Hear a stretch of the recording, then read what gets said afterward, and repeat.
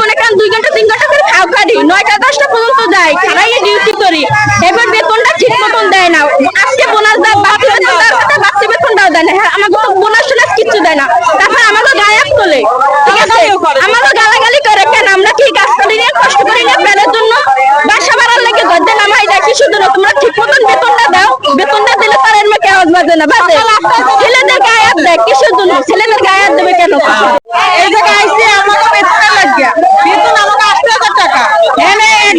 একদিন অসুস্থতার কারণে হইতে পারে মানুষের বন্ধ এই টাকাটা কাটতে হলো কাটমারে পুরোটা গাড়ি চাল করতে পড়ে গেলে অসুস্থ বাচ্চা গালাগালি করে সুপারভাইজার কেন গালাগালি করে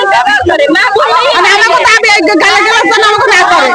টার্গেটে কাজ করে তাদের তো শরীরে এনার্জি দরকার আছে বন্ধ করে তারা কিভাবে কাজ করবে প্রতি সপ্তাহে বন্ধ দেয় না তারা 15 দিন পর একটা বন্ধ দেয় তাও বন্ধ দেয় না প্রতি শুক্রবার হলে তারা বলে কি শিফট আছে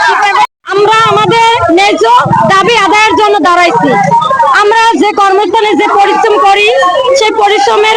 ফল আমরা পাই না